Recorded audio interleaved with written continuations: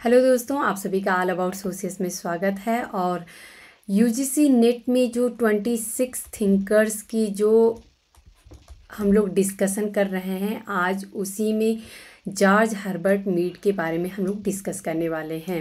GH Mead समाज शास्त्र के सिलेबस में, या ये बोलें कि समाज शास्त्र की फील्ड में एक महत्वपूर्ण विचारक हैं और एग्ज़ाम पॉइंट ऑफ व्यू से इनको हम लोग इग्नोर नहीं कर सकते हैं, इनको स्किप नहीं कर सकते हैं। तो जॉर्ज हर्बर्ट मीड को समझना बहुत ज़रूरी है। इनके कॉन्सेप्ट बहुत ही सिंपल हैं, इसमें कुछ भी जीएस मीड का बहुत ज़्यादा थ्योरी नहीं है, बहुत ज़्यादा कॉन्सेप्ट नहीं है कि हम लोगों को कन्फ्यूजन होगा। इनकी बुक्स भी बहुत ही लिमिटेड हैं। तो 3 किताबें इनकी जो मुख्यतः समाजशास्त्र में देखने को मिलती हैं, इन सभी को हम लोग 1 बाय 1 डिस्कस करेंगे। इससे पहले मैं ये बता दूं कि कल का जो हम लोग 26 थिंकर्स में क्लॉड लेवी स्ट्रॉस को हम लोग डिस्कस किए थे, तो उसमें उनका एक टॉपिक जो है बाइनरी अपोजिशन का, ये आप लोगों को पता होगा। बाइनरी अपोजिशन अर्थात द्विआधारी विरोध का ये कॉन्सेप्ट उन्होंने दिया है। और उन्होंने ऐसा देखा था कि कोई भी समाज है, कुछ भी, अगर जैसे कि एक कॉन्सेप्ट होता है कि अगर दिन है तो रात होगा ही होगा, अगर सुख है तो दुख है, ऊपर है तो नीचे है। तो इन्होंने माना था कि किसी भी स्थिति में कोई अमीर है तो कोई गरीब है, कोई उच्च है तो कोई निम्न स्थिति में है। तो इस प्रकार का उन्होंने बाइनरी अपोजिशन की थ्योरी दी थी, जिसको हम लोग कल के लेक्चर में मिस कर दिए थे। तो हालांकि आप लोगों को ये पता होगा, क्लॉड लेवी स्ट्रॉस की बात आते ही बाइनरी अपोजिशन की बात जरूर आती है। अब आज हम लोग जीएच मीड के बारे में डिस्कस करते हैं। तो जीएच मीड की बात करें तो इनको सबसे पहले जीएच मीड का नाम आते ही माइंड में प्रतीकात्मक अंतःक्रियावाद तुरंत माइंड में आता है, क्योंकि प्रतीकात्मक अंतःक्रियावाद से जुड़े जीएच मीड हैं। इनका टाइमलाइन देख लेते हैं, 1863 से 1931। अमेरिकी समाजशास्त्री थे ये, जो अमेरिकी व्यावहारिकता अर्थात प्रैग्मेटिज्म के संस्थापक माने जाते हैं। प्रतीकात्मक अंतःक्रियावाद अर्थात सिंबॉलिक इंटरैक्शनिज्म के अग्रणी और सामाजिक मनोविज्ञान के संस्थापकों में से एक के रूप में जाने जाते हैं। जॉर्ज हर्बर्ट मीड का जन्म 27 फरवरी 1863 को दक्षिण हैडली मैसाचुसेट्स में हुआ था। उन्होंने जर्मनी में शारीरिक मनोविज्ञान का अध्ययन किया था। मीड ने ओबेरलिन कॉलेज और हार्वर्ड विश्वविद्यालय में अध्ययन किया। 1891 से 94 के दौरान वह मिशिगन विश्वविद्यालय में दर्शन और मनोविज्ञान के प्रशिक्षक थे। 1894 में वे शिकागो विश्वविद्यालय गए। तो ये इस शिकागो स्कूल से जुड़े हुए हैं, जहां वह अपनी मृत्यु तक रहे। तो मृत्यु तक वह शिकागो यूनिवर्सिटी से ही जुड़े रहे। सामाजिक मनोविज्ञान के लिए मीड का मुख्य योगदान यह दिखाने का उनका प्रयास था कि सामाजिक संपर्क की प्रक्रिया में मानव स्वयं कैसे पैदा होता है। अगर कोई बच्चा है और वो अगर उसका जन्म होता है, तो वो अपने अस्तित्व को किस रूप में देखता है, वो अपने आप के विकास को किस रूप में देखता है। तो जो भी समाज में इंटरैक्शन हो रहा है, उसमें व्यक्ति अपने आप को कहाँ पाता है, यही इनका मुख्य बेस था जीएच मीड का अध्ययन करने का। उन्होंने सोचा कि बोली जाने वाली भाषा में इस विकास में मुख्य भूमिका निभाई है। तो ये जो बातचीत करने के लिए भाषा एक माध्यम होता है, ये जो होता है, ये मनुष्य के विकास में एक मुख्य भूमिका निभाता है, जो कि स्वयं का विकास है। उसमें भाषा के माध्यम से बच्चा अन्य व्यक्तियों की भूमिका ले सकता है और अपने व्यवहार को दूसरों पर होने वाले प्रभाव के संदर्भ में अपने व्यवहार का मार्गदर्शन कर सकता है। इस प्रकार मीड का मनोवैज्ञानिक दृष्टिकोण व्यवहारवादी अर्थात प्रैग्मेटिक था। तो यहाँ पे अगर एग्ज़ाम में पूछ दिया जाए कि जीएच मीड का जो दृष्टिकोण था वो कैसा था, तो वो जो है व्यवहारवादी था। क्योंकि वो मनुष्य के या एक व्यक्ति विशेष के व्यवहार की बात करते हैं। दर्शन में मीड प्रमुख अमेरिकी प्रगतिवादी विचारकों में से एक थे। वह सापेक्षता के सिद्धांत और उद्भव के सिद्धांत से बहुत प्रभावित थे। तो जो थ्योरी ऑफ रिलेटिविज्म है या सापेक्षता का सिद्धांत है और उद्भव का सिद्धांत है, उससे बहुत प्रभावित है। उनके दर्शन का उद्देश्य सापेक्षतावाद कहा जा सकता है। अब यहाँ पे इनकी थ्योरी हम लोग देखते हैं। मीड का स्व का सिद्धांत क्या कहता है। समाजशास्त्रियों में मीड अपने स्व के सिद्धांत अर्थात थ्योरी ऑफ सेल्फ के लिए सबसे प्रसिद्ध हैं, जिसे उन्होंने अपनी पुस्तक माइंड, सेल्फ एंड सोसाइटी जो कि 1934 में प्रकाशित हुई थी, इसमें प्रस्तुत किया है। और ये बुक जो पब्लिश हुई थी, मरणोपरांत उनकी प्रकाशित हुई थी। तो आप लोग सोच सकते हैं कि जिस व्यक्ति ने पूरे जीवन काल में अपना कंट्रीब्यूशन दिया जिस थ्योरी को बनाने में, उसकी बुक जो पब्लिश हुई वो उनकी मृत्यु के बाद पब्लिश होती है। और इसको संपादित करने वाले थे चार्ल्स डब्ल्यू मॉरिस। मीड का आत्म सिद्धांत यह है कि कोई व्यक्ति अपने मन में जो धारण करता है वह दूसरों के साथ सामाजिक बातचीत से उभरता है। वास्तव में यह एक जैविक निर्धारणवाद, यहाँ पे आप लोग करेक्ट कर लीजिएगा, निर्धारणवाद के विरुद्ध एक सिद्धांत और तर्क है। तो एक जो कहते हैं कि अगर डार्विनिज्म थ्योरी की बात करें या हर्बर्ट स्पेंसर के सामाजिक सावयवी सिद्धांत की बात करें कि जो होता है व्यक्ति में जन्म के साथ ही बहुत सारी क्वालिटीज़ आ जाती हैं, तो इस चीज़ को इन्होंने खारिज किया है। और इन्होंने कहा है कि जो व्यक्ति सीखता है, जो चीज़ें वो अपने परिवेश में देखता है, उसी के अनुसार वो व्यवहार करता है। और दूसरों से जब वो इंटरेक्ट होता है अर्थात अंतःक्रिया करता है, तो वो उसके जो भाव हैं उसके माध्यम से दिखाई देते हैं। प्रतीकात्मक अंतःक्रियावाद का सिद्धांत आखिर में क्या है, ये समझते हैं। जीएस मीड ने समाजशास्त्र के क्षेत्र में एक नई परंपरा की बुनियाद रखी। इससे पहले देखा जाए तो इतने डिटेल में प्रतीकात्मक अंतःक्रियावाद को कोई नहीं समझा था। उनके मरणोपरांत यह परंपरा या उपागम सामाजिक अंतःक्रियावाद के नाम से जानी जाती है। मीड के विचारों को बहुधा सामाजिक व्यवहारवाद के वर्ग में रखा जाता है। यहाँ पे आप लोग थोड़ा सा करेक्ट कर लीजिएगा। अपनी प्रसिद्ध कृति माइंड, सेल्फ एंड सोसाइटी में मीड ने सामाजिक मनोविज्ञान की एक नए समाजशास्त्रीय ढंग से व्याख्या की है। इस पुस्तक में उन्होंने समाज पर पूर्णता आधारित अनुभव, मानवीय समूह जीवन में भाषा, प्रतीक एवं संप्रेषण का महत्व, भूमिका धारण की प्रक्रिया के माध्यम से उन तरीकों का जिनसे हमारे शब्द एवं मुख के भाव दूसरे व्यक्तियों में प्रतिक्रियाएं उत्पन्न करते हैं, स्व के परवर्ती एवं प्रतिवर्ती प्रकृति और क्रिया की प्रमुखता जैसे विषयों का गूढ़ वर्णन एवं विश्लेषण किया है इस बुक में इन्होंने। तो अगर हम देखें, बहुत ही सिंपल सी बात है कि हमने कुछ नहीं कहा, लेकिन अगर हम भाव ही चढ़ा के अगर ऐसे देखते हैं तो सामने वाले को लगता है कि इसको कुछ तो ऐसा है जो अच्छा नहीं लग रहा है, या फिर अगर हम गुस्से में नज़र आ रहे हैं, इस तरीके से रहता है, तो हाव भाव से ही पता चल जाता है, कुछ कहने की ज़रूरत नहीं होती है। तो यही प्रतीकों की बात होती है कि हम सिंबल से, अपने बॉडी जेस्चर से, जो हमारे हाव भाव हैं, इसी से हम सामने वाले को बहुत सारी बातें बता देते हैं। मीड ने अपने समाजशास्त्र को सामाजिक मानवशास्त्र माना है, तो ये आप लोग ध्यान रखिएगा, जिसका मुख्य कार्य समाज एवं व्यक्ति के पारस्परिक संबंधों का अध्ययन करना है। तो समाज और व्यक्ति किस प्रकार से एक दूसरे से जुड़े हुए हैं, इन्हीं संबंधों का अध्ययन करना इनका उद्देश्य था। इन संबंधों का आधार मानवीय अंतःक्रिया है। मानवीय अंतःक्रियाओं में सामाजिक उत्तेजना का महत्व अधिक है। जब एक व्यक्ति की प्रतिक्रिया दूसरे व्यक्ति को उत्तेजना प्रदान करती है, तभी सामाजिक अंतःक्रियाएं घटित होती हैं। ऐसी उत्तेजनाएं जो होती हैं वो दो प्रकार की होती हैं, तो प्राथमिक उत्तेजना और द्वितीयक उत्तेजना। जब प्रत्यक्ष संपर्क संबंध के आधार पर व्यक्ति किसी दूसरे को उत्तेजना देता है, तो उसे अपनी जो होती है वो प्राथमिक कहलाती है। प्राथमिक उत्तेजना में व्यक्ति के हाव भाव, चेहरे की अभिव्यक्ति, शारीरिक आसन, भाषा और हंसी आदि सम्मिलित है। इसके विपरीत द्वितीयक उत्तेजना उसे कहा जाता है जिसमें दूर रहकर संचार के विभिन्न साधनों द्वारा दूसरे व्यक्तियों को प्रभावित करते हैं। तो जिस प्रकार से अगर देखें कि हम मोबाइल फ़ोन पे जब हम बात करते हैं तो हम तो बहुत दूर बैठे हैं, लेकिन हम जिनसे बात करते हैं अगर हम बहुत ही अच्छी खबर सुनाते हैं तो उनको हम प्रभावित करते हैं, कुछ अगर दुख की खबर है तो उनको प्रभावित करते हैं।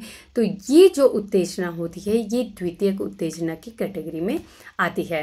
हर्बर्ट मीड ने अपने प्रतीकात्मक अंतःक्रियावाद के सिद्धांत का प्रतिपादन स्व अंतःक्रिया और स्व का विकास और प्रतीकात्मक अर्थ 4 अवधारणाओं के आधार पर किया है। सबसे पहले स्व को समझेंगे कि आखिर में सेल्फ क्या है। मीड ने स्व की अवधारणा को प्रतीकात्मक अंतःक्रियावाद का केंद्र बिंदु बनाया है। तो स्व जो है यह प्रतीकात्मक अंतःक्रियावाद का केंद्र बिंदु है।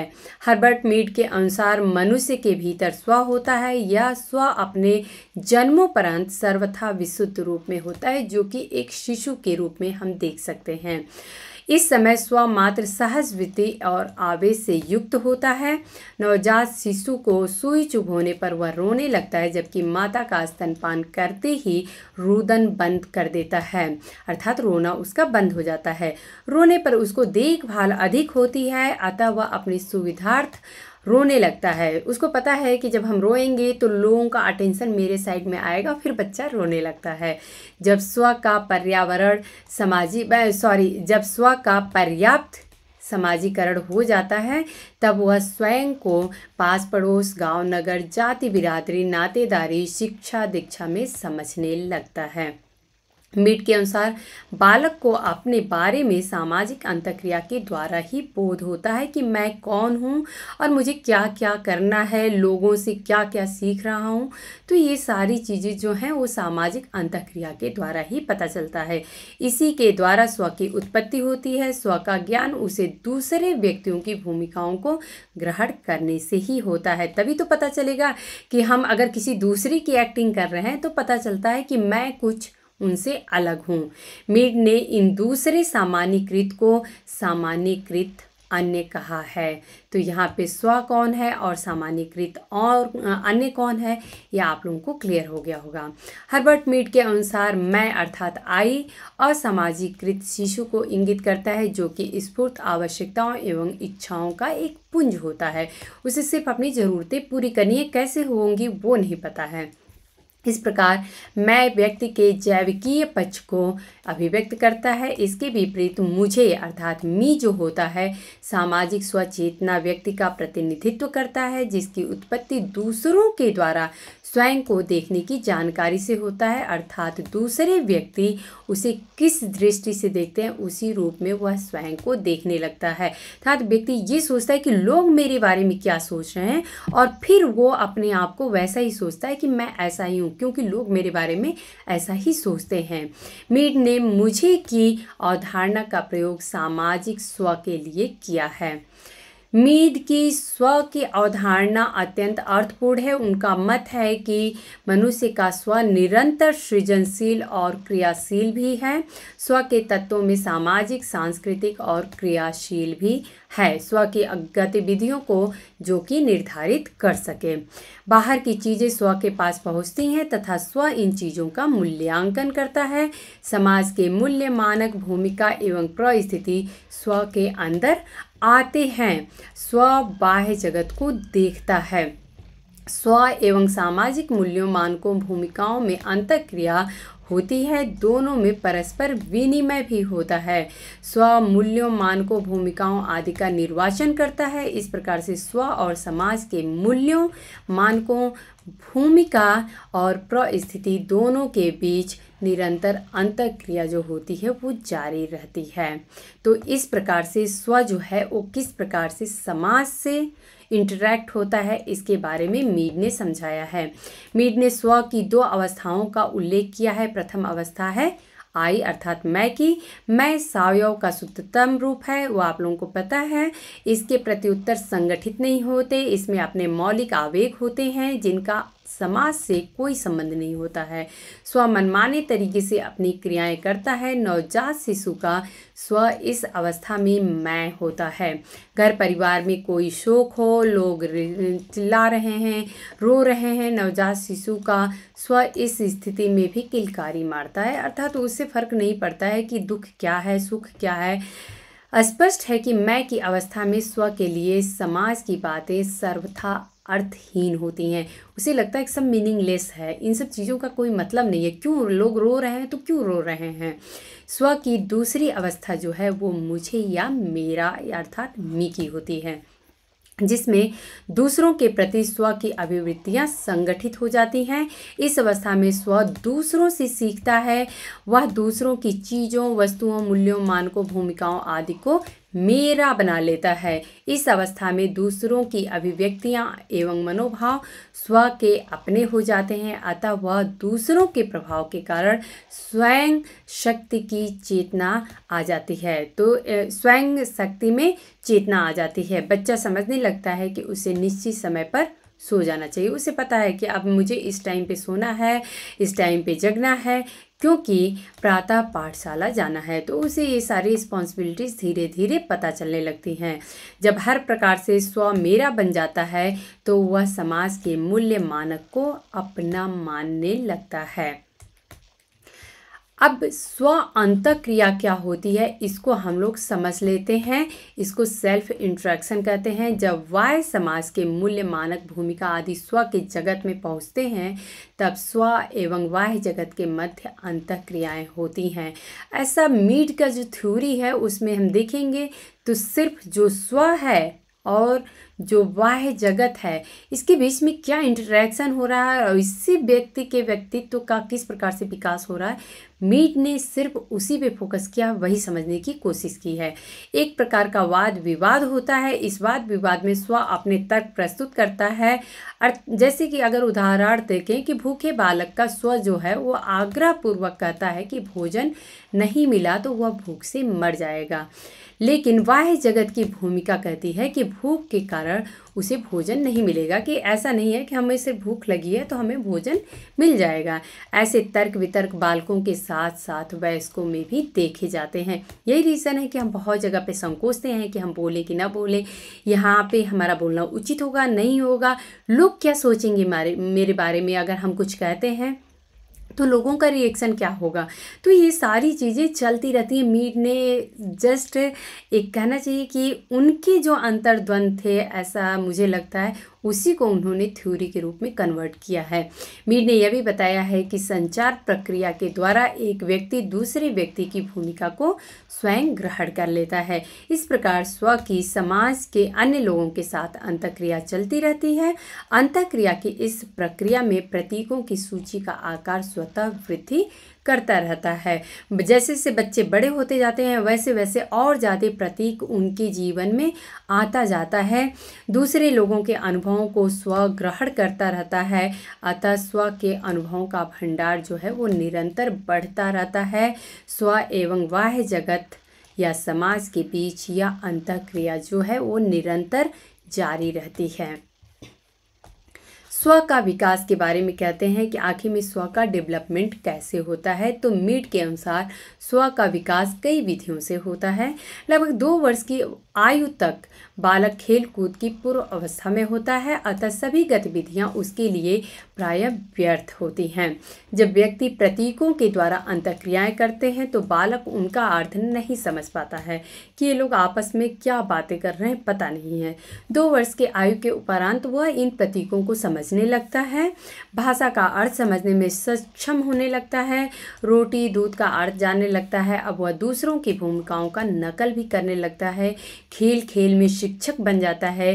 खेलों में कई खिलाड़ी भाग लेते हैं, अतः बालक उनकी भूमिकाओं को भी ग्रहण करने लगता है। जैसे जैसे बालक विकास की अगली अवस्था में पहुंचता है, भूमिका ग्रहण करने की प्रक्रिया लंबी व जटिल हो जाती है तथा प्रतीकों की सूची भी बृहद होती जाती है। बालक के भंडार में विभिन्न शारीरिक हाव भावों का विस्तार होता है। इस प्रकार वह समाज के मूल्य, मानक, भूमिकाओं एवं परिस्थितियों को ग्रहण करने लगता है।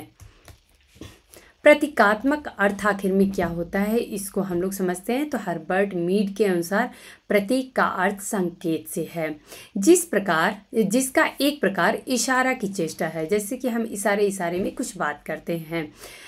यदि कोई व्यक्ति दांत पीसता है, भौहें चढ़ाता है, मुट्ठी बांध कर किसी को झपकता है, तो वह आक्रमण करने का संकेत है।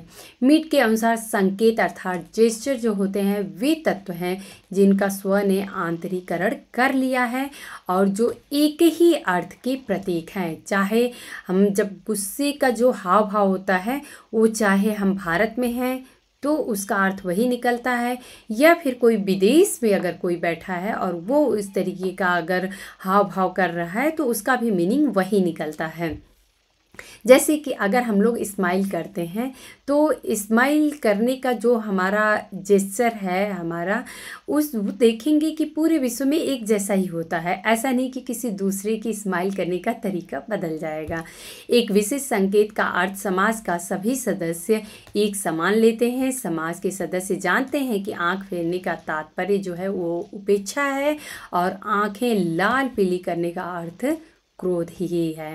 प्रतीक वे संकेत हैं जो हमारी शारीरिक मुद्राओं, हाव भाव, नाच गाने, साहित्य एवं भाषा में दिखाई देते हैं।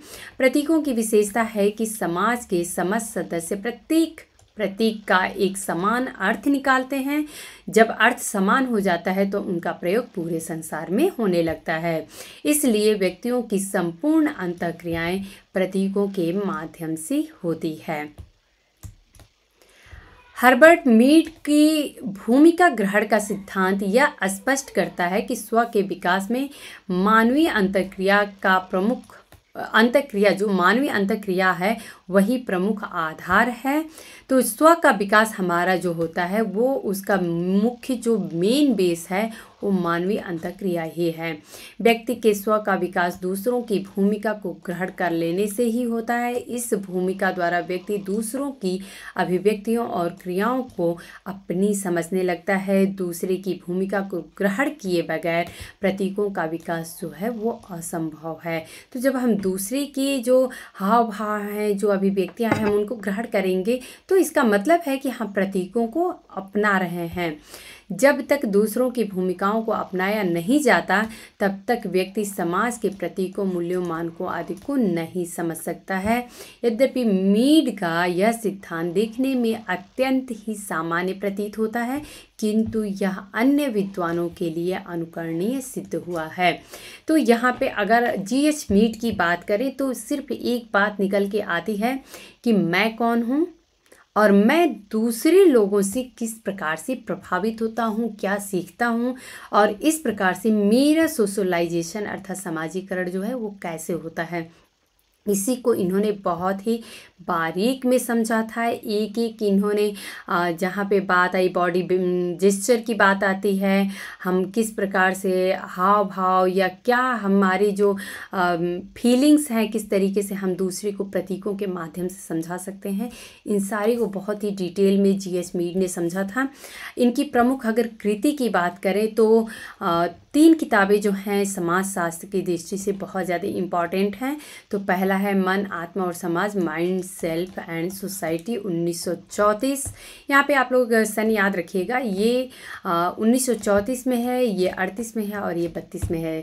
तो अधिनियम का दर्शन द फिलॉसफी ऑफ एक्ट जो कि 1938 में है। The philosophy of the present या वर्तमान की फिलॉसफी ये बोल सकते हैं। The philosophy of the present जो है 1932 की प्रकाशित है। यहाँ पे उसका हम लोग फ्रंट पेज कवर देख लेते हैं। GH मीड की mind, self and society, very very important book जो कि विभिन्न परीक्षाओं में पूछ दी जाती है।